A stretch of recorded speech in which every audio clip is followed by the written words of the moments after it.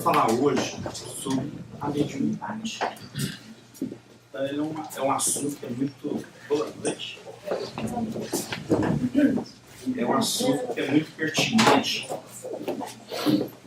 Nós aqui no mundo material, como também nossos amigos do mundo espiritual. Nós aqui no mundo material, porque a gente está sempre sofrendo a influenciação do mundo espiritual. E, logicamente, se a gente tem um conhecimento sobre isso, a gente consegue lidar melhor com essa influenciação. Então, mas antes de a gente começar, vamos esclarecer algumas coisas. A mediunidade, na verdade, ela sempre existiu. Não foi uma criação do Espiritismo. O Espiritismo trouxe à luz o que é a mediunidade. Ele sistematizou o que é a mediunidade, os tipos de mediunidade, para a gente poder lidar com isso um pouco melhor. Se a gente parar para pensar e olhar historicamente, a mediunidade sempre existiu. Pode voltar lá atrás, desde a época dos babilônios, dos persas, dos gregos, dos romanos. Todos tinham os seus xamãs, os seus oráculos, onde as pessoas iam interagir com a pessoa, que era uma pessoa especial, nada mais que era um médium, que conseguia ter um contato com o mundo espiritual e ali recebia certas informações. Foi muito comum, por exemplo, os imperadores, os reis naquela época, ter na corte deles uma pessoa ali, que ele ia sempre consultar com aquela pessoa. E, na verdade, isso até hoje acontece. A gente para pensar que acontece quando a gente vai numa pessoa para ler a nossa mão. Até hoje a gente faz isso. Está cada vez mais diminuindo. Mas isso acontece desde os primórdios até hoje. O que a doutrina, a literatura da doutrina espírita nos coloca é que isso vai estar cada vez mais presente. Essa é a realidade. Então, com o esclarecimento do que é a mediunidade, a interação do mundo espiritual com o mundo corporal, isso vai estar cada vez mais presente. A gente olha, por exemplo, no livro do Divaldo, A Transição Planetária, a gente sabe que o planeta hoje está passando por essa transição, estamos nos aperfeiçoando, então cada vez mais vamos ter essa interação do mundo espiritual para com o mundo corporal. Porque somos todos, a providência divina vê como um todo. Aqui temos essa diferenciação. Estamos numa dimensão diferente dos espíritos. Porém, a providência divina vê como um todo. Então, é isso todo que tem que evoluir.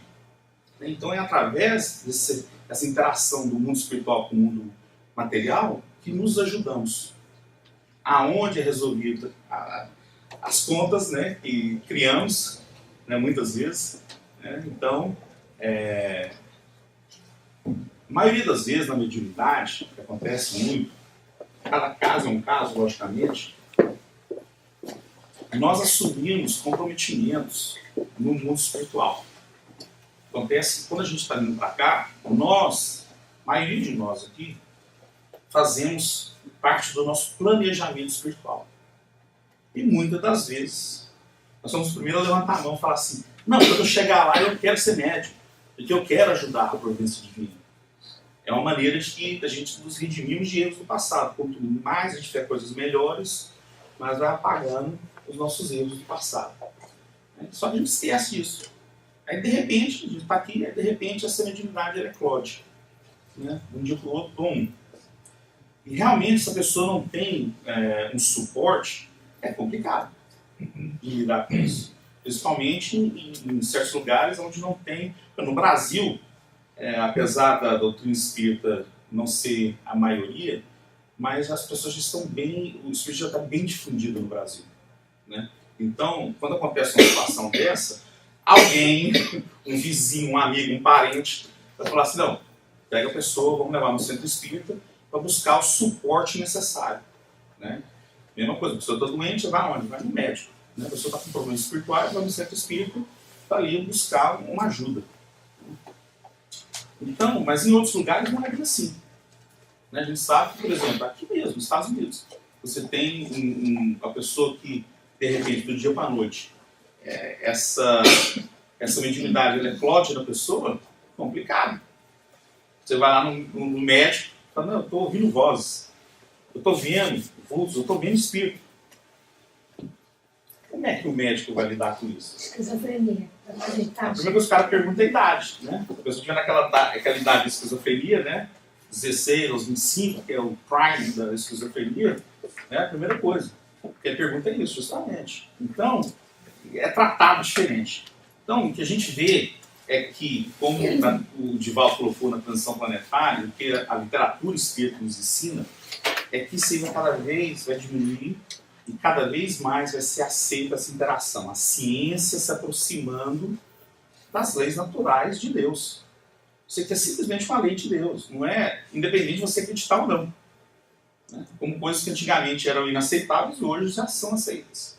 Né? Então a mediunidade vai ser uma coisa que também vai ser tratada naturalmente. É só uma questão de tempo. Então, vamos começar aqui. O nosso amigo Allan Kardec nos trouxe no Livro dos Médiuns, dizendo que pode, pois, dizer-se que todos são mais ou menos médios. O que ele nos coloca, quando nós falamos no começo, quando a doutrina espírita foi quem sistematizou a questão... Foi sem querer. Sistematizou a questão da mediunidade. O Livro dos Médiuns foi o primeiro livro na literatura mesmo que foi escrito focado na mediunidade. Antes do Livro dos Médiuns não tinha. Tinha sim um conhecimento que era passado de pessoa a pessoa. A gente falou, a mediunidade sempre existiu. Vem lá de trás. Está indo sozinho. Mediunidade. Só se tiver um Efeito timer. físico. O negócio está apertando aqui sozinho. Bem, então, o Kardec, né, junto com os amigos espirituais, codificaram e ali trouxeram toda essa informação. Então, o que a gente sugere sempre, as pessoas perguntam, então vou deixar aí, você as pessoas perguntam, eu devo ler o Livro dos Médiuns? Se a pessoa não tem conhecimento nenhum na doutrina espírita, a gente sempre recomenda começar pelo Livro dos Espíritos. Inclusive, no curso da mediunidade, começa por aí. No curso da mediunidade, por exemplo, a gente tem que fazer um resumo das primeiras 613 perguntas do Livro dos Espíritos. Então, por quê isso aí? Né? Por quê? Para você equacionar e balancear o nível de conhecimento de todo mundo. Né? Então, você faz isso aí, você lê, estuda, para realmente você adquirir esse conhecimento. Para quando você começar a aprofundar no assunto, aí você já tem uma noção melhor. Então, para quem tem já um tipo de mediunidade, quer aprender um pouco mais, ao invés de começar no Livro dos Médiuns, melhor começar no Livro dos Espíritos. Lê primeiro o Livro dos Espíritos, dá aquela entendida melhor do que é, não só a mediunidade, mas outros assuntos também, e depois entra no Livro dos Médiuns. Essa sempre é a recomendação. Então aqui, a Tati pediu para colocar na mediunidade, coloca que a mediunidade é uma faculdade existente no ser humano, que permite a comunicação entre o mundo material e o espiritual. Então, é uma faculdade que é inerente ao ser humano. Todos nós, em certo modo, somos médios. É como Kardec falou no slide anterior, ele não quis ficar lá. Entendeu? Todos nós temos um pouco de mediunidade. Mas como assim todos nós temos mediunidade? Não, para pensar. Nós não somos influenciados diariamente por espíritos? Nosso anjo guardião, nossos amigos espirituais, nossos afetos espirituais. Todo dia somos influenciados. Através dessa influenciação, né, ali nos tornamos médios, que estamos recebendo aquela influenciação e ali estamos agindo através daquela influenciação. Então temos um pouco de mediunidade, todos nós. Lógico, ela é diferente em cada um. Pessoas têm mais, pessoas têm menos. Mediunidade é uma coisa também que não existe um tipo só. Normalmente a pessoa, quando ela é médium, ela pode ter vários tipos de mediunidade.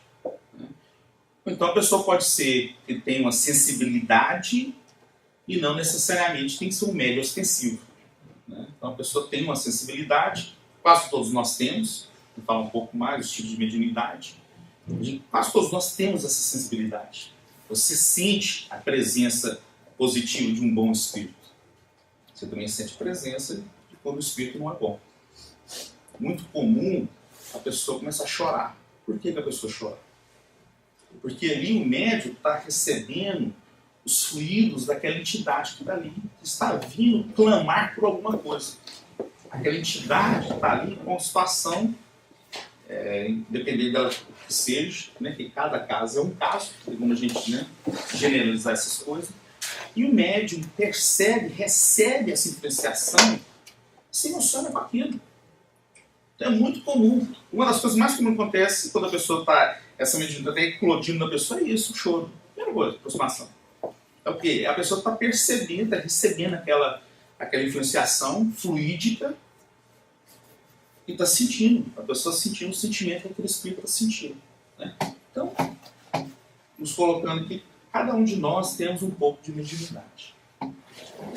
Então, é uma disposição orgânica que trazemos para nós, no nosso corpo, e o perispírito. Vocês lembram do filme daquele, o Ghost? Né? Vocês lembram que tinha aquele que o Patrick Swayze entrava no corpo da médium? Só para clarificar, não é bem daquele jeito. Né? A doutrina espírita nos coloca exatamente como funciona o processo. No caso dela, aquela comunicação, a mediunidade psicofônica, aquela falada, é pelo perispírito. Então, o perispírito, que é o corpo espiritual do espírito, né, conecta fluidicamente com o perispírito do médium e ali é passado a informação. Então não tem aquela, tipo assim, o espírito vai vir, entrar no meu corpo e onde vai o meu espírito? Não, a gente não perde o nosso espírito, ele está ali presente com a gente. Vamos falar mais um pouco mais na frente como funciona. Isso aqui é importante. Não depende da moral do indivíduo. Então, mediunidade não tem nada a ver com moralidade. Lógico. A gente vai atrair o tipo de entidade de acordo com a nossa moralidade. Então, se a gente fazemos o nosso trabalho, temos a disciplina necessária de fazer o que a gente... O Espírito nos traz toda a receita do que devemos fazer. Cabe nós seguirmos, temos a disciplina necessária. Agora, tem médios também, pessoas que não. Tem pessoas que resolvem usar... a pessoa fala assim, então existe a macumba? O pessoal fala no Brasil, o pessoal gosta, né, nas encruzilhadas, você vai passar lá, tá lá cachaça, farofa, frango. Existe aquilo? Existe. O que é aquilo? É o médium que está trabalhando com entidades inferiores que vão fazer trabalhos, né, amando daquele médium. Não necessariamente vai influenciar a pessoa, né, que é o target ali. Né? Porque depende do quê? Depende daquela pessoa. Se a pessoa não está naquela vibração, não come. Entendeu? Quem também não deve, não tem que pagar o que não deve. Agora, se a pessoa não tiver numa vibração mais alta, e ela estiver num momento de fraqueza, pode ser influenciada. A curto prazo. Pode ser influenciada. Né? Então a gente às vezes a pessoa tem desespero, é isso que a gente esclarece. Né? Por mais difícil que a situação, ela é temporária. Eu sei que é difícil, porque normalmente a pessoa está lidando com sentimentos que nunca sentiu antes. Então a pessoa começa a pensar que está ficando doido. Estou ouvindo vozes, sentindo sensações que nunca sentiu antes. Né? Então realmente não é uma coisa fácil de se lidar sem o conhecimento e o suporte necessário. Por isso que a gente sempre fala, está com problemas espirituais e vai para o centro espírita.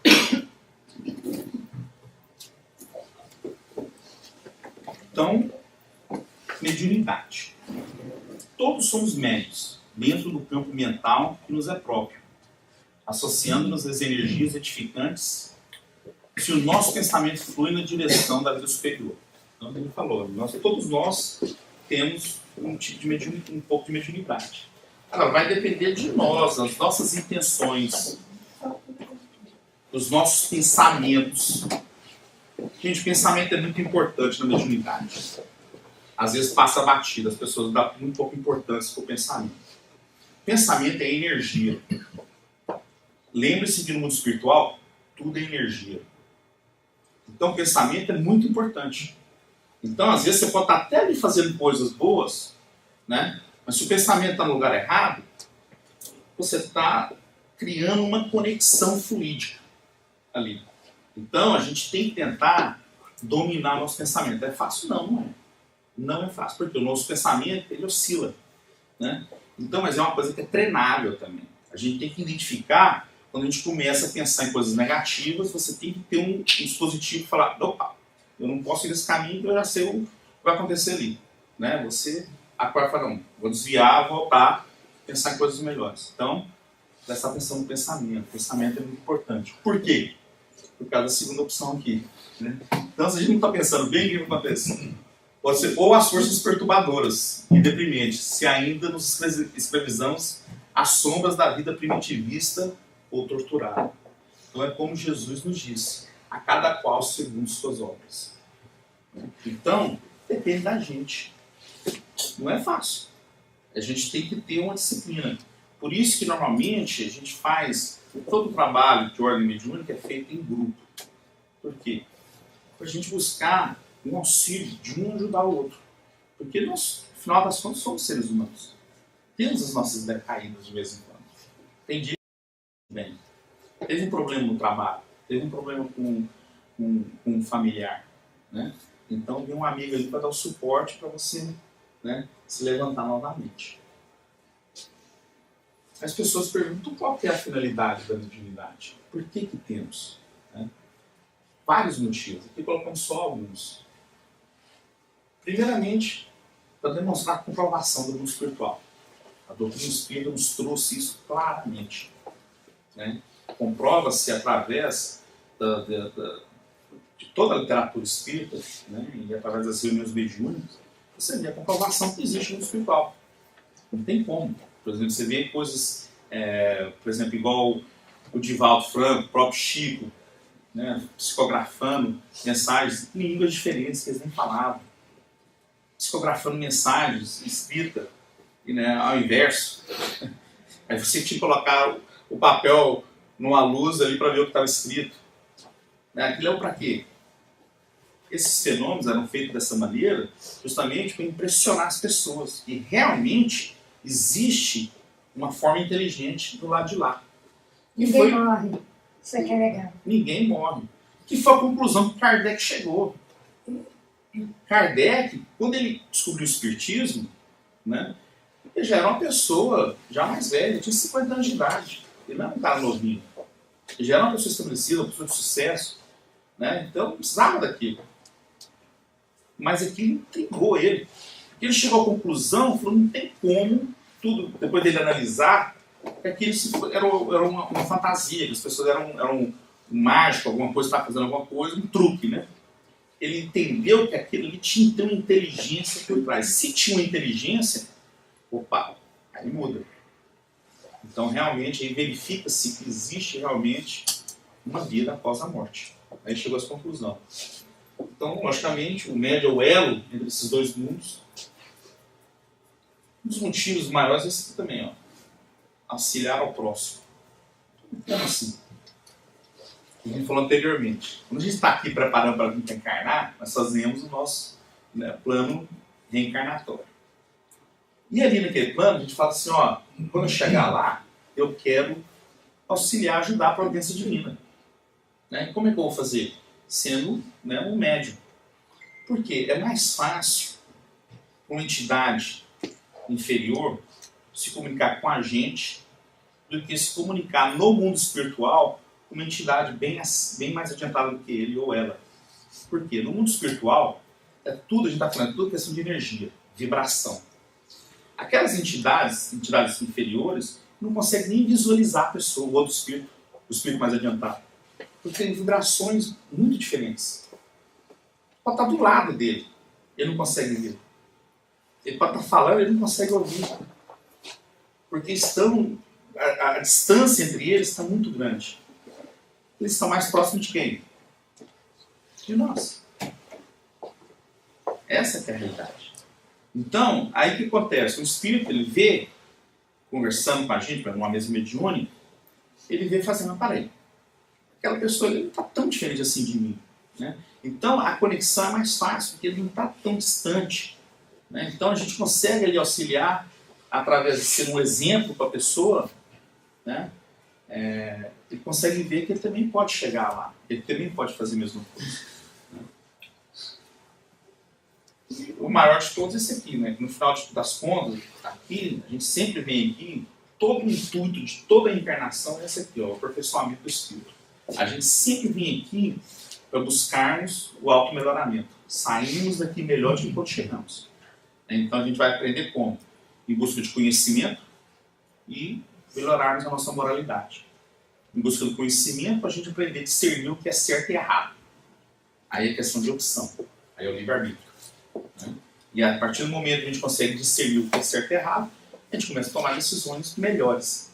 Né? Porque quando a gente toma uma decisão errada, sabendo que está errado, a consciência nos cobra. Né? Com o tempo, a gente fala assim, a consciência fala, não devia ter feito aquilo.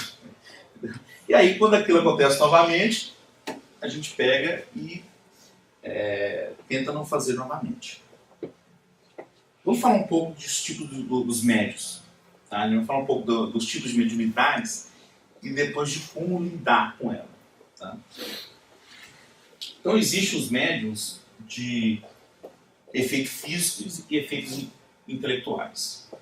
No começo do espiritismo, era muito efeito físico, as mesas girantes, né, materialização, né, porque estava começando, então eles tinham que impressionar o pessoal naquela época. Hoje, na verdade, a gente está mais passando para cá. Na verdade, efeitos físicos hoje é muito pouco. A maioria dos médios hoje mesmo são de efeitos intelectuais. Eu vou falar um pouco mais sobre isso. Então, os médios de efeitos físicos são capazes de produzir efeitos materiais, ostensivos, como movimento de corpos, materialização, suspensão, ruídos, curadores. O que é por exemplo, a gente fala assim que existem as casas mal assombradas. Né? Então chega lá, às vezes você vê um objeto se movendo. Né? Tem a internet, você vai lá no YouTube aí que você vê, tem várias situações aí de o pessoal conseguiu gravar. Né? Então o que é aquilo? São espíritos.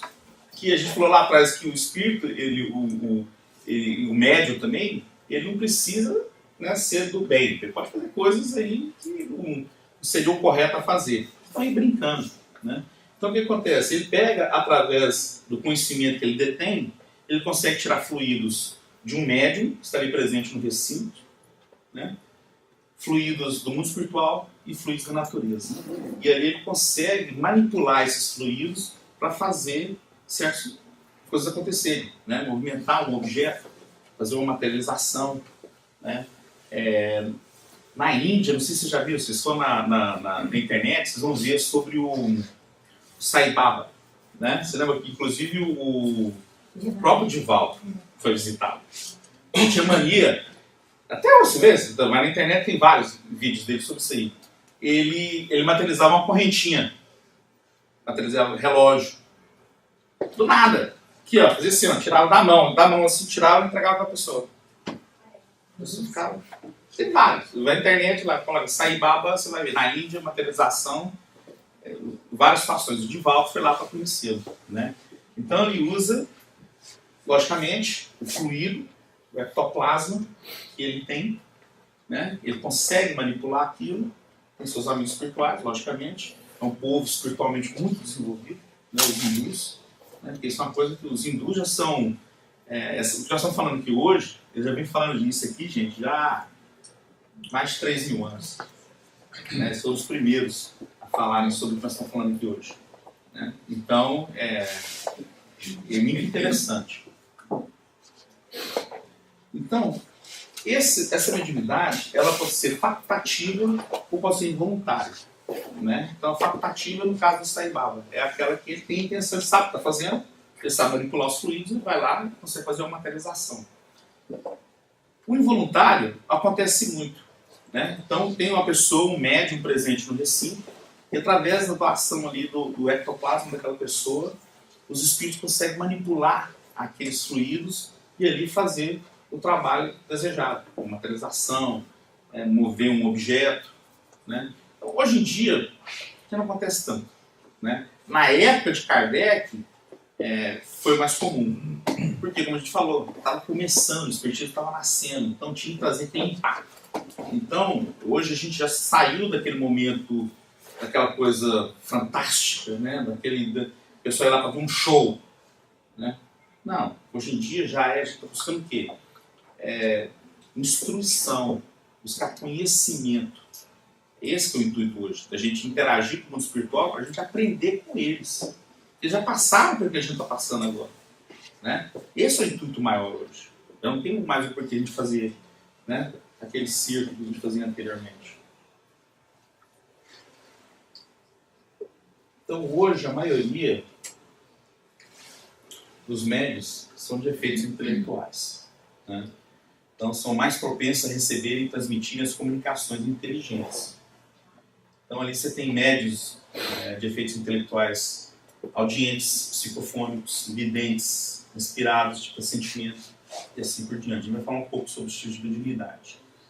Uma coisa que é muito comum, a gente ouve muito, logicamente, o Chico é, né, a referência. Eu acho que ele e o Divaldo realmente são as referências famosas. Como médium, você vê que realmente o Chico foi um divisor. Hoje em dia você tinha o espiritismo antes de Chico e depois de Chico. Assim foi tanta influência de Chico dentro do espiritismo moderno. A gente ouve muito falar de animismo. Né? Então é às vezes até mal interpretado. Por exemplo, às vezes você está numa reunião mediúnica e está ali o médium fazendo uma comunicação, aí às vezes a pessoa faz até um comentário meio injusto. Esse é animismo do médium. O médium está falando aqui, não é o espírito que está falando. Né? Então o animismo é esse filtro que o médium tem, né? Que todos nós temos, carrega com a gente. Né? Então o conjunto dos fenômenos psíquicos produzidos com a cooperação consciente ou inconsciente dos médios em ação. Em outras palavras, é o filtro. Né? Então ali, o espírito se comunica com o médium filtra aquela informação e passa. Né? Então sempre vai ter um pouco da influência do animismo. Não tem como. Né? Mas o importante ali é não mudar a mensagem. Né? O que o espírito está querendo dizer. Porque a mesma coisa é o seguinte, você pode pegar 3 pessoas diferentes. Eu vou ali e passo a mesma mensagem para os 3. Se a gente for ali sair na frente e pedir para eles repetir, cada um vai repetir de uma maneira diferente. Entendeu? Por quê? Porque cada um internaliza a informação diferente. Né? E cada um tem um conhecimento diferente. Então ele vai passar aquilo que tem. Né? O médium vai passar aquilo que ele tem, não pode passar o que ele não tem. A não ser quando tem outros tipos de mediunidades. Aí, normalmente o espírito, sabendo disso, quanto mais elevado o espírito, ele consegue identificar isso com o médium e aí usa. Eu vou falar um pouco mais sobre isso. Né?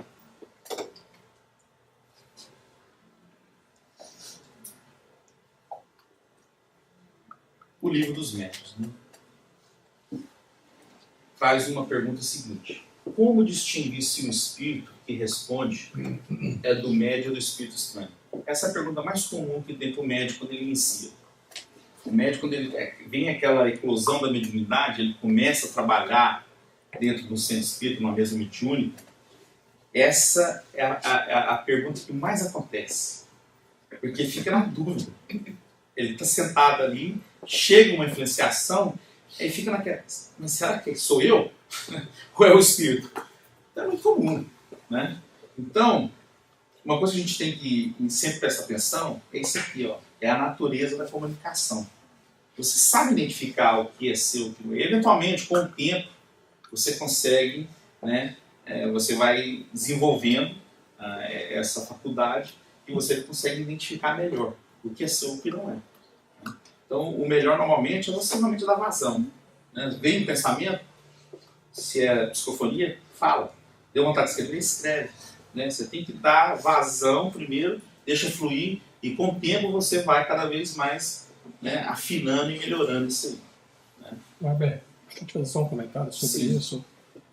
Lembrando a todos que essas comunicações que o Weber está comentando aqui é para ser feito em um centro espírita, em um grupo com outros médiums e assistência de doutrinador e tudo mais. E esse grupo, com o tempo, vai crescendo ao ponto de essas comunicações, como o Weber disse, começar a fluir mais naturalmente. Então, a equipe toda vai amadurecendo juntos e as comunicações vão fluindo quando tiverem que fluir. Sim, o Ted trouxe um ponto bom. A gente vai falar isso mais pra frente, a gente pode falar agora. O que acontece? A gente fala assim, então quer dizer que antes do espiritismo o pessoal não desenvolvia mediunidade? Claro, desenvolvia. Né? Agora, é muito mais fácil você desenvolver mediunidade dentro do centro quando você tem um suporte espiritual. você tem toda a literatura disponível, e você tem pessoas já experientes que já vêm fazendo, sabem o que você está passando, para te dar o suporte. É muito mais fácil do que você ter que descobrir sozinho, né? Em casa. É complicado. Somente quando você não teve a influência do espiritismo na sua família. Né? Você cresceu numa família católica, numa família protestante. É normal. Né? Então, como é que faz? Como é que você vai identificar essas coisas? É difícil. Né? Então, bem colocado. A gente falou o seguinte, por exemplo, a gente teve casos aqui de pessoas que chegaram, começaram a frequentar o curso que a gente tem na terça-feira e não tinha a menor disposição para a atividade. Né? Eu até pensava que, na verdade, essa pessoa ela ia virar doutrinadora, porque ela é uma pessoa, por causa do background dela, e ela se tornou médica. Ela desenvolveu aqui dentro. Entendeu? Muito mais seguro, com todo o suporte necessário. E se tornou uma grande médica. Né? E é uma ciência. E como toda ciência, você precisa estudar. Para saber lidar. Com certeza. Exatamente. A gente vai chegar nessa parte de como lidar, é justamente isso. Porque quando você está em casa, como é que você faz? Você vai falar assim, a pessoa não tem nem onde buscar. Hoje em dia é mais fácil, né? Você vai na internet, você acha quase tudo. Tem que tomar cuidado também, né? Mas você não sabe como lidar com a situação. Dentro do centro, você tem pessoas que podem te ajudar. Né? Então é bem mais fácil você lidar dentro do centro. Então vamos falar um pouco dos tipos de mediunidade. Então, primeiro que a gente, normalmente, quase todos nós temos, né? Praticamente todos nós, que é a mediunidade sensitiva. Né? Então, são os que sentem a presença dos espíritos, faculdade rudimentar essencial do desenvolvimento das outras. Né? Então é aquela que você sente a presença, isso aí já é uma questão fluídica. Né? Então quando chega um espírito do bem, um espírito mais elevado, você sente aquela sensação boa. E ao contrário também. Quando chega uma entidade inferior, aí o médium sente mesmo, é onde começa a chorar. Entendeu? Sente começa a se sentir mal. Porque você começa a sentir o que aquela entidade está sentindo. Né? É uma questão de sensação. Por isso que a gente tem que se educar para a gente não se impressionar. Que é uma coisa temporária. A gente tem que se educar para como poder auxiliar aquela entidade. Porque ela está vindo ali buscando a... É esse que é o intuito maior. Aquela entidade não está chegando ali para perturbar. Na verdade, é querendo ajuda. O médium é como se fosse aquela luzinha no escuro, uma lanterna. Imagina um lugar completamente escuro. Você acende uma lanterna ali, eles vão vir. É a luz que está lá no fundo, lá que o pessoal está procurando. Naquela anteninha, você está transmitindo, você está emitindo, né, ondas e está recebendo também. Médiuns videntes. Não, desculpa, audientes. Videntes é na outra. Audientes são capazes de ouvir vozes dos espíritos na forma clara e objetiva. Não é tão comum, tá? Mas assim, normalmente são pessoas, tipo Chico tinha essa mediunidade, o próprio Divaldo, né? Então, não é tão comum assim, né? A gente você poder ouvir claramente.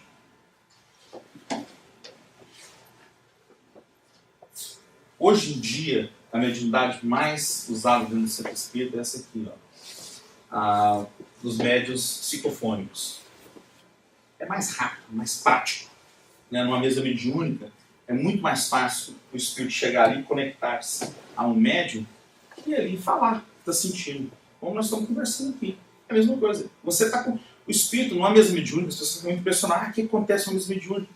E você está ali como se fosse, você está conversando com o espírito, tentando auxiliá-lo. Igual a gente está conversando aqui, lógico. Baseado no Evangelho, para ajudar realmente. Você vai ali você tem que ir com esse intuito mesmo.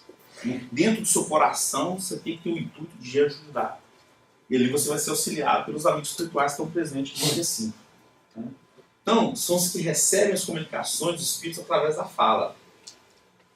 Podem ou não ter consciência do que dizem. A maioria tem. né? Então, depois de um certo tempo daquela comunicação, aí ele esquece. Né? Mas assim, uma coisa que é logo depois da comunicação, ainda tem ali na memória. Médios videntes. Essa aqui todo mundo quer ter. Até quando eles descobrem o que é realmente. Aí depois fala, não, eu não quero ter. Mas é que estava viajinho. Aham. Então, é que é o seguinte, o médio vidente é que a gente tem. Seria, logicamente, mais fácil você lidar, por exemplo, com certas situações, você conseguir se ver a situação da pessoa, do espírito, no caso. O problema é que quando você tem médio vidente, você vai ver de tudo. Então você vê o mundo espiritual mesmo. Então você vai ver coisas boas e coisas ruins. Né? O Divaldo tem algumas palestras dele no YouTube, fala sobre isso. Né? Então ele fala, quando eu recebia visita de amigos espirituais, era muito bom. Mas quando eu recebia visita de certos espíritos que vinham me cobrar alguma coisa, né? É complicado. Complicado. Né? Então, mas numa mesa mediúnica ajuda. Ter um médium vidente é sempre bom. Então eles veem com os olhos do perispírito, né? Os olhos da alma, não com nossos olhos, né, físicos. Sim. Só voltando um atrás, você falou a questão do podem ou não ter a consciência do que dizem. Isso aí é um negócio bem interessante, ainda mais quando a pessoa está começando a desenvolver mediunidade. Todos vocês aqui devem ter passado por isso. Quando a gente veio para cá, para a América, você escutava inglês e a sua cabeça queria traduzir para o português. Então você escutava alguma coisa, você tentava reverter aquilo para o português para entender o que a pessoa estava dizendo e aí a comunicação fluía. Então essa consciência acontece muito quando o médium ele fica forçando, querer entender o que está tendo, o que está passando na comunicação. E às vezes ele bloqueia, por ele estar muito preocupado com a consciência, entender o que está se passando. Com o decorrer do tempo, e o filtro que o Weber falou, a comunicação ela vem muito mais rápido, porque o médium em si, por mais que ele esteja consciente, não é importante que ele fique ao ponto de ficar, o que está acontecendo. E as primeiras comunicações bem colocadas, assim, normalmente não é uma comunicação completa. A gente pega pedaços, não consegue, é muito mais a percepção, você sente naquela situação, você forma o quadro daquela entidade. Não é a entidade está chegando ali e está tudo no ouvido, ó, aconteceu isso, não é bem assim. Né? Então, normalmente você sente aquela percepção, né, a energia da entidade, ali você forma o quadro. O que a gente deve evitar aqui é o seguinte, é a gente não criar e ter raiva daquela situação. Isso é um problema. Né? Então, a gente, pelo contrário, a gente ter, na verdade, um entendimento que aquela entidade que está vindo ali está precisando de ajuda. É um irmão nosso. Então, literalmente, é um irmão espiritual. Então, ele ou ela está vindo ali buscando auxílio. Então, não adianta a gente se revoltar. Né? É pior. Porque quando você fica com raiva da entidade, o que você está fazendo? Você está abaixando o seu nível de frequência. Então, você está se colocando mais próximo daquela entidade. Aí você não consegue desconectar. Agora, quando você está ao contrário, você tenta ajudar, começa a orar pela entidade. Né? Vou te ajudar, fique tranquilo. Vou te levar lá para o centro, na segunda-feira a gente vai conversar com você. Acontece muito. Você acha que não? Todos os trabalhadores da mesa mediúnica, toda segunda-feira traz uns 2, 3. O trabalho é esse. Os médios, inclusive, podem, normalmente, no dia anterior, já começa a ter a aproximação das entidades. O médium já sabe no dia seguinte o tipo de comunicação que vai ter. Muito comum. Gente, esse é o trabalho. Quem se disponibiliza para trabalhar na mesa mediúnica, esse é o trabalho. A gente está se disponibilizando a ajudar a providência divina a encaminhar aqueles que ainda não detêm esse conhecimento. Só isso. Nós estamos ali só para auxiliar. E o maior trabalho que realmente é feito no mundo espiritual. O trabalho do lado espiritual é muito maior do que o nosso aqui. A gente só é um coadjuvante. Mas somos necessários. Né? E é uma bênção poder fazer isso, ajuda muito. Claro. Médiuns sonambúlicos. Esse aqui às vezes confunde um pouco, né? Por causa do sonambulismo. A gente pensa naquele o sonambulismo da pessoa tá lá andando à noite, né? Minha irmã era assim, na verdade, ela também era sonâmbula, não médium. Aliás, ela é médium, trabalha na mesma mediúnica, mas não tinha essa faculdade.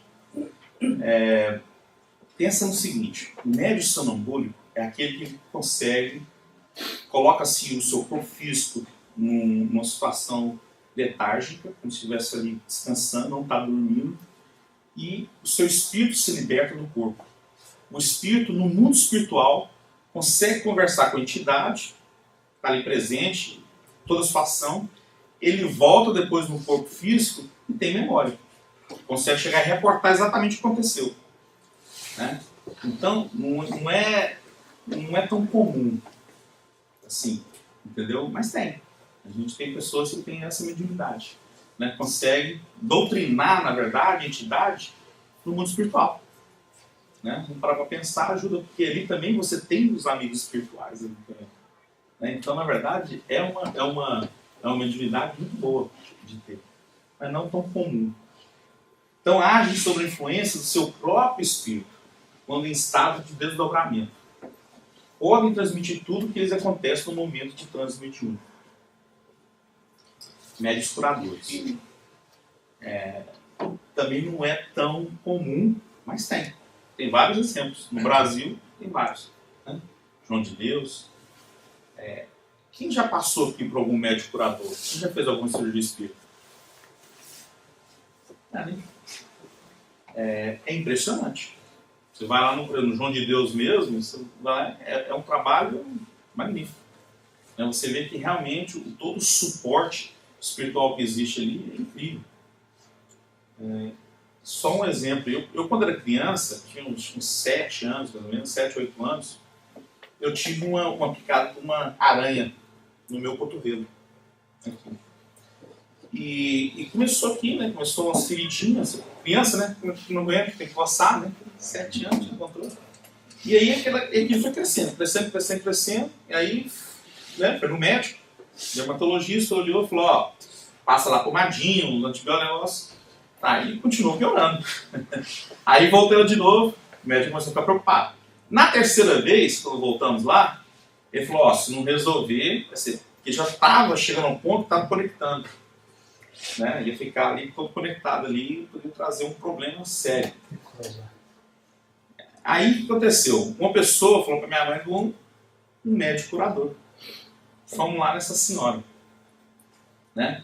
E essa senhora chegou lá e ela foi lá no terreiro dela, pegou uma mudinha numa planta, né? E foi lá e ela, como se fosse que estivesse benzendo, fez uma oração ali, pegou essa plantinha, amassou e colocou na minha mão. Ó, você vai sair daqui, você não vai olhar para trás. Isso aí, na verdade, não tem o que foi feito. Hoje eu entendo o que aconteceu, naquela época não. Né? Então, esse de não olhar para trás não tem nada a ver, o trabalho foi feito ali na hora, quando ela, por quê? Isso aqui, ó. Porque ela queria me ajudar. Ela tinha os fluidos ali necessários e conseguia tirar os fluidos dos amigos espirituais dela, os fluidos da natureza. Ela estava num lugar assim, bem na natureza mesmo, entendeu? E ela fazia esse trabalho. Então, eram fluidos que ela tinha com ela. Mas, para um leigo, na época, ela falou, você vai colocar a mudinha aqui na sua mão, não olha para trás. Quando você chegar lá naquela esquina, você pega e joga para trás, ali vai tudo embora. E tinha o componente do merecimento também. Claro, também. Sem sombra de dúvida. Dá certo. Sem sombra de dúvida. Isso aí faz parte também. Normalmente, é aquele negócio, a não ser se é uma coisa realmente kármica, que a pessoa tem que passar por aquilo ali, funciona muito. Você vê isso muito, por exemplo, lá no João de Deus. Quem já foi no João de Deus, você vê. Aquele João de Deus, você chega lá durante a semana, na quarta-feira, ele quarta, quinta e sexta. Na quarta-feira, tem 3.000 pessoas lá. É um negócio fenomenal. Então, esse exemplo do médico curador que eu passei, aquilo ali foi uma coisa, são coisas que a gente passa na vida e não tem como a gente negar. Né? A influência do mundo espiritual. Né? Então, são as coisas e aí curou, depois ficou tempo. Rapidinho, secou, começou a secar, Logicamente, voltou no médico, o médico falou que era pomada, né? Vai discutir com o médico. Era a mesma pomada que eu fui usando desde o começo, né? Ela achou que era pomada. Eu sei que não era. Dali ficou claro para mim. Desde aquela idade, novo, ficou claro para mim o que aconteceu. Né?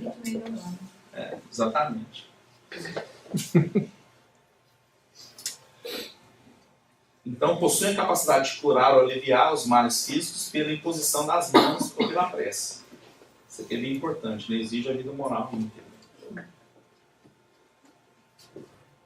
Os médiuns psicógrafos, né? Então, são aqueles que transmitem a comunicação através da escrita. Né? O Chico Xavier foi o nosso maior médium até hoje, na atualidade. Né? Também com mais de 450 livros em escrita. Então, eles se dividem em 3 tipos: mecânicos, semimecânicos e intuitivos. Né? Então, o mecânico é aquele que passa a informação, é como se fosse, é o espírito realmente que está ali escrevendo. Não tem influência nenhuma do médium. É direto. Então, não é tão comum. Né? Então, são poucas pessoas que têm essa mediunidade. A mais comum é a semimecânica, né? Onde tem um pouco disso, mas também tem um filtro do médium ali também. Né? Então, a mecânica não tem consciência do que escreve. Há pouca influência do pensamento do médium. Então, passa ali realmente o que o espírito ali está querendo transmitir. Né? A semimecânica, a comunicação sofre mais influência do pensamento do médium. São a maioria de hoje. E os intuitivos são os que recebem a ideia do espírito e a interpretam conforme o seu conhecimento pessoal. Né? Então, na verdade, hoje em dia é mais uma combinação desses dois aqui. E Weber, tem alguma coisa que determina se a comunicação vai ser psicofônica ou psicografada? Normalmente o médium pressente isso porque ele recebe essa influenciação do espírito. O espírito vai tentar chegar ali na mesa e tentar falar, mas às vezes não conecta. Né? E se você tiver uma predisposição para escrever, porque é uma das faculdades, é colocada, que é a mais treinável. Se o médium começar a praticar, é a mais fácil de se desenvolver. Né? Então, você colocar ali, você já se predispõe, em toda reunião, você sempre tem ali, tem papel, tem caneta, a pessoa está ali, pronta a escrever. Né? Então, depende do quê? É da sua conexão com o espírito. Né? Então, tenta primeiro a psicofônica, por quê? É mais prático, não é mais rápido. Né? Então, mas às vezes tem acontece, por exemplo, um guia do centro quer dar uma mensagem, às vezes ele quer dar uma mensagem escrita. Pega um médico e fala, não, hoje vou colocar escrito. Depende muito. Então, como ele falou, é uma mediunidade que é colocada, que é uma das treináveis que você pode desenvolver.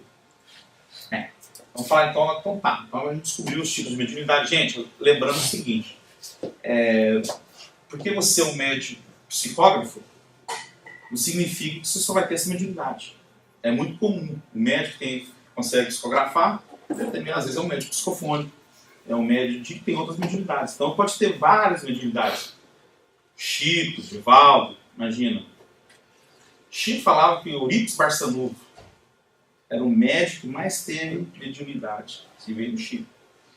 A gente não tem que é DVD do Eurípides aqui, não tem ele, que é antigo. Se tiver aqui ainda, procura ter um DVD aqui da história do Eurípides Barçanufo. Muito interessante. É no YouTube também. No YouTube tem, então, ele disse que tinha quase todas as mediunidades. Né? O Chico também é muito próximo. Então, entendendo agora, eu falo assim, então, como a gente consegue educar essa mediunidade? Porque, no final das contas, esse é o mais importante. Né? A gente entender e falar, e agora? Como é que eu faço para controlar isso aí? Né? Então,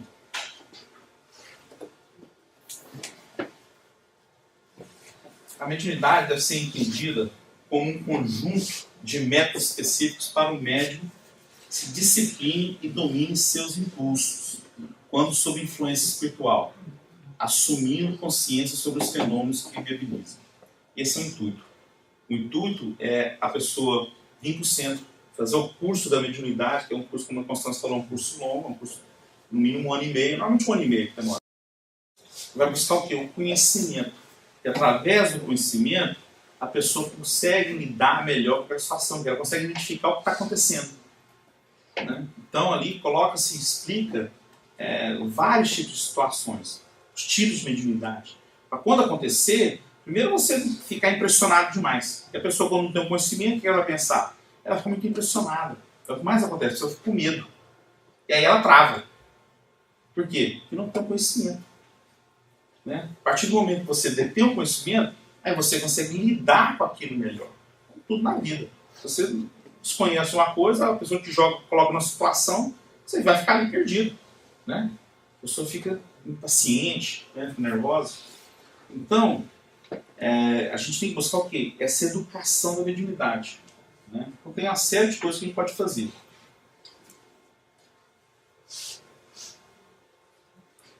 Normalmente dividido nesses 3 aí. Tá? Você tem que ter um preparo físico, um preparo intelectual e um preparo moral. Né, para fazer esse trabalho. Preparo físico, quando a gente fala ali de forma higiene, sim. André Luiz traz nas obras dele que higiene é muito importante para o médium. Por quê?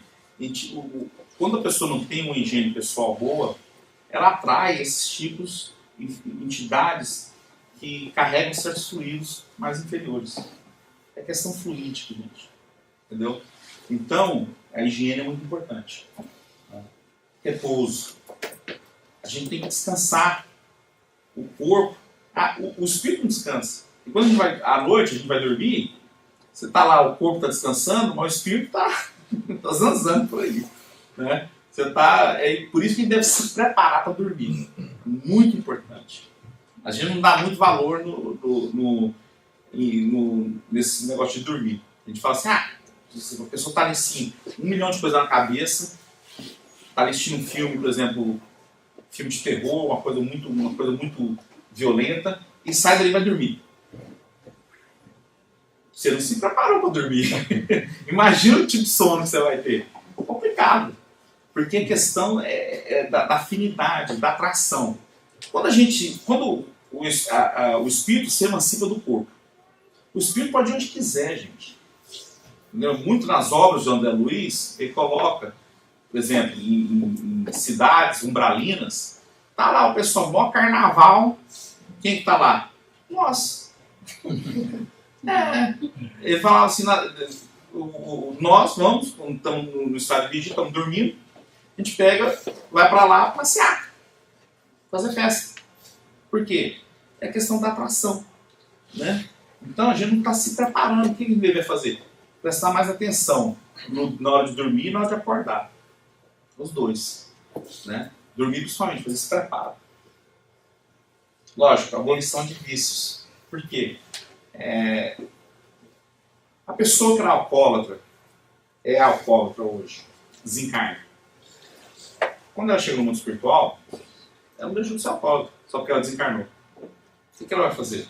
Ela vai buscar se acoplar com pessoas que tinham o mesmo vício que ele tinha quando estava aqui encarnado.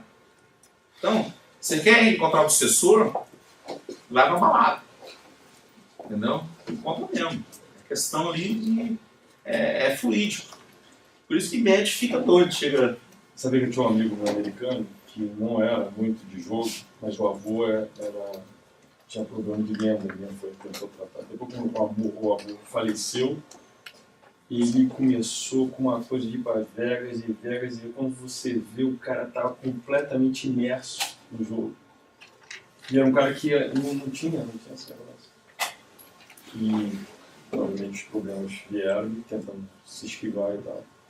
Não quis falar nada assim, porque o cara tinha a religião dele e tudo mais. Vamos ver que, obviamente, o avô, pela atração, filho do neto, sem sentir.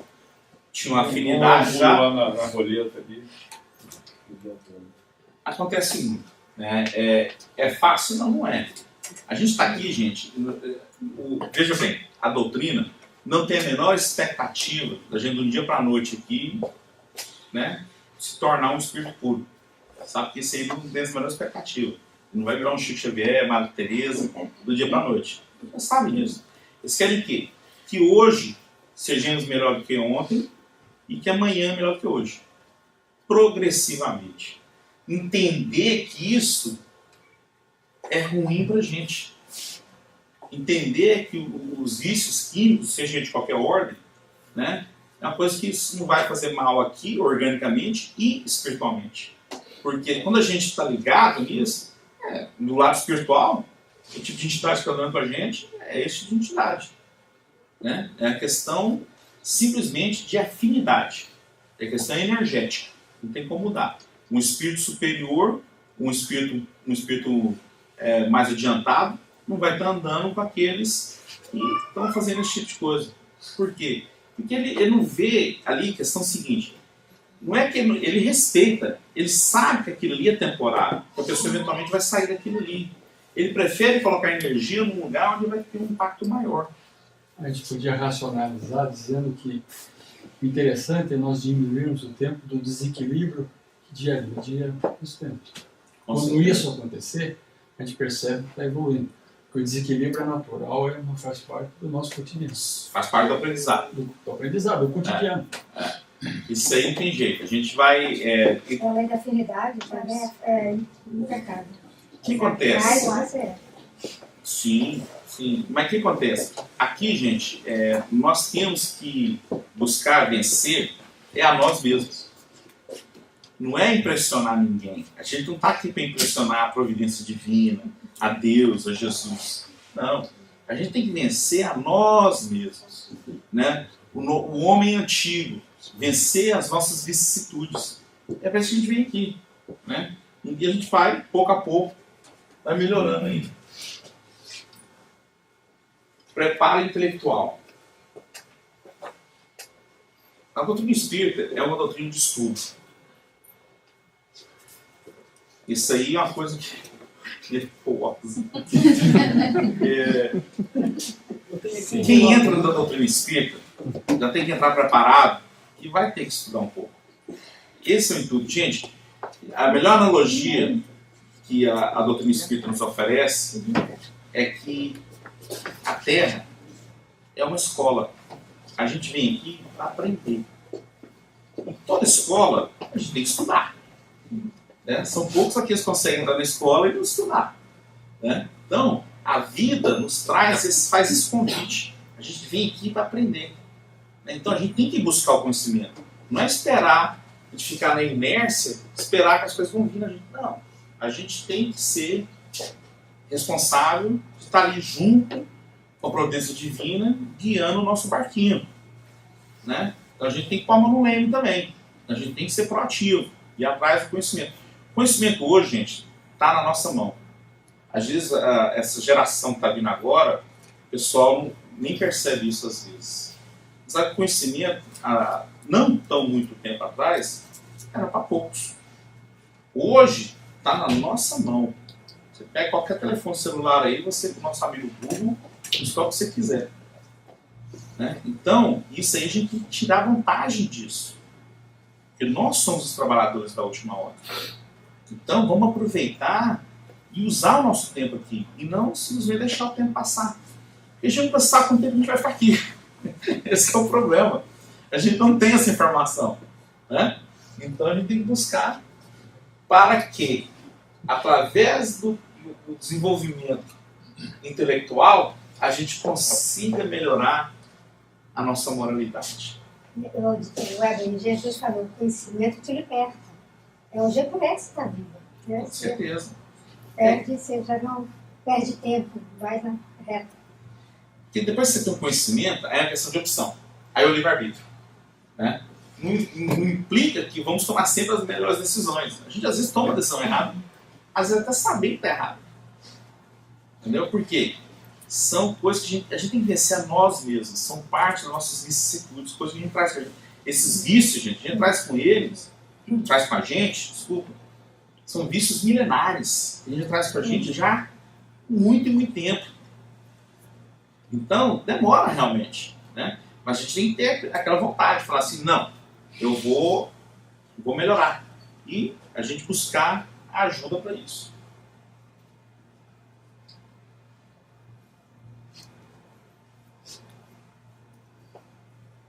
O bom médium não é, portanto, aquele que tem facilidade de comunicação, mas que é simpático aos bons espíritos, e só por eles é assistido. Chico falava isso. O que acontece? É a gente buscar fazer o bem, trabalhar na mediunidade para auxiliar. Não tem dois tipos de bem, né? Fazer o bem, buscar sempre melhorar, as coisas vão acontecendo. Se a gente pedir para auxiliar, o trabalho aparece.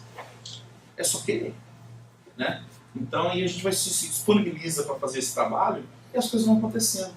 Portas vão se abrindo, trabalhos vão aparecendo e aí sim vai. Conclusão: a mediunidade, o intuito maior, gente, é sempre o aperfeiçoamento do espírito. No final de tudo, sempre é o seu intuito maior, né? A gente vir aqui na escola da vida, tirar e ensinar, dividir o máximo que a gente puder. Esse é o intuito. Então vamos tentar aprender o máximo que a gente puder. A mediunidade é dada sem distinção. A mediunidade ela é neutra, a fim de que os espíritos possam levar a luz em todas as fileiras, em todas as classes da sociedade, ao pobre como ao rico, aos sábios para fortalecer no bem, aos viciosos para os corrigir. Então, a mediunidade ela é neutra. A gente escolhe o que fazer com ela. Você pode pegar a mediunidade para auxiliar o próximo, para ajudar a trabalhar, ser fazer parte aí, do exército da providência divina, né, representando Jesus aqui. A mediunidade com Jesus. Com Jesus. Esse é o trabalho. Ou você pode decidir entrar em outro caminho, né? Vai continuar sendo médium. Ele falou, a mediunidade, ela não distingue a moralidade do indivíduo, né? A pessoa faz o que quiser com ela, né? Agora, a gente sabe também da lei da causa e efeito. Então, o que fazemos, iremos, né? Cada um de acordo com as suas obras, como disse Jesus, né? Então, se estiver passando por influências mediúnicas, quer aprender mais, busca auxílio. A literatura hoje é muito rica nisso. E antigamente não era, gente. Antigamente, não muito tempo atrás, nós estamos falando assim, 50 anos. 50, 70 anos, a gente não tinha literatura que tem hoje. Hoje, nós temos esse conhecimento. Hoje, tem todo o suporte para auxiliar quem quiser desenvolver. Já que temos esse tanto de pessoas para começar o curso deve começar agora em março, né? Então, quem estiver interessado em fazer, pode procurar alguém da casa. A gente vai ser um prazer. Então, aquele negócio, o curso, na verdade, da mediunidade, ele não indica que a pessoa vai trabalhar na mesa mediúnica. Entendeu? Então, o curso simplesmente eu tive muitas pessoas que participaram do curso só para efeito de adquirir conhecimento. É bom, né? Então, às vezes a pessoa... Agora, tem que ter o comprometimento, né? Pois é. Weber, em linhas gerais, como é que nós identificamos se nós temos a mediunidade já ou se nós temos aptidão para desenvolver a mediunidade? Então, isso seria individual, né? Então, cada um, normalmente, quando a pessoa tem essa aptidão, ela já vem sentindo já por um certo tempo, né? Então, por experiências, principalmente de aproximação, de sentimentos, né? Que sabe que não é da pessoa. Ele está sentindo coisas ali que não é daquela pessoa, né? Então, normalmente, isso aí é individual, né? Mas a pessoa sabe que aquilo que está sentindo ali não é dele, não é dela, né? Então, quando você começa a sentir coisas assim, já está... Agora, tem gente que realmente eclode, né? Realmente acontece de repente o negócio, pum, de uma hora para outra. A mediunidade ela pode eclodir da mesma forma que ela também pode ter uma pausa e ficar abafada? Com certeza. Normalmente, principalmente quando é uma coisa planejada, né? Então, o médico que era médio ostensivo, trabalhou no centro espírita, aí de repente o médico tem que voltar para o Brasil, vamos dizer assim. Ou vai para um lugar onde não tem centro. Eu conheço uma médica que fez isso, mudou para o Japão, um negócio assim, lá não tinha centro mediúnico. O que aconteceu? Essa médica, Aconteceu, passou esse tempo lá e diminuiu, abafou. Não é que desapareceu. Não é simples assim, não é uma torneirinha que chega assim. Porque eu lembro, conversando com ela de vez em quando tinha as influenciações lá também. Acontece, gente, o médium não deixa de ser médium. Nós não deixamos de ser médium. A influenciação acontece em qualquer lugar. Agora, tendo conhecimento, você, logicamente, sabe como lidar com aquela situação. Né? Então, mas sim, acontece às vezes a pessoa... E não tem idade também. Mediunidade é uma coisa que fala assim, qual que é a idade mais propensa da pessoa se tornar médico? Não tem. Tem gente que começa numa idade muito nova. Né? O próprio Divaldo, o próprio Chico começaram com criança. Não é tão comum. Começa a criança nova, 4, 5 anos de idade já eram médios. Né? Não é muito comum isso aí. Logicamente por questões óbvias, né? Protegendo ali um ser que não tem a menor noção do que está acontecendo. Né? Mas, logicamente, estamos falando de Chico, estamos falando de Divaldo, que são missionários. Né? Agora, acontece também. Tem muita criança por aí que passam por isso. Né? Por isso que é bom ter pessoas próximas que possam auxiliar. Porque senão é mal interpretado. Né? Tem sim que a criança tem um problema, né? De ordem psicológica. E não é bem assim. Eles dizem que nunca desenvolver a mediunidade na criança. Agora, a criança tem a mediunidade natural. Estou acabando de ler um livro que explica sobre isso. Estou falando por causa da minha netinha, que parece que... Sim. Mas é espontâneo, não é desenvolver, trazer para você, não. Não. É no mínimo, mais ou menos, uns 13, 14 anos já pode ter apoio na casa espírita. Isso segundo o livro que eu estou estudando, que interpreta o livro dos médiuns. Muito interessante. Sim. Aquele negócio, vai daquele negócio, é individual. Depende, porque a gente tem que lembrar o seguinte, gente. Aquela criança ali de 7, 8, 10 é um espírito milenário. Né? Então, depende muito da consciência daquele espírito. Porque tem 7, 8, 10 anos, às vezes é um espírito milenário. Né? Então, logicamente, você tem que controlar aquilo ali até ter realmente uma idade que possa lidar com aquilo um pouco melhor.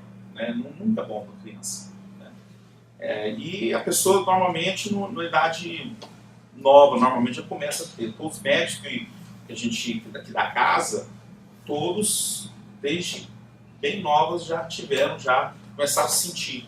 Ali foi progressivamente aumentando, até quando chegou numa idade que a pessoa já tinha mais uma maturidade emocional de lidar com aquilo, aí o negócio eclode. Weber, eu sei que a gente está correndo atrás do tempo aqui, mas uma pergunta importante. E se os pais tiverem filhos que têm uma certa mediunidade, o que é que eles devem fazer?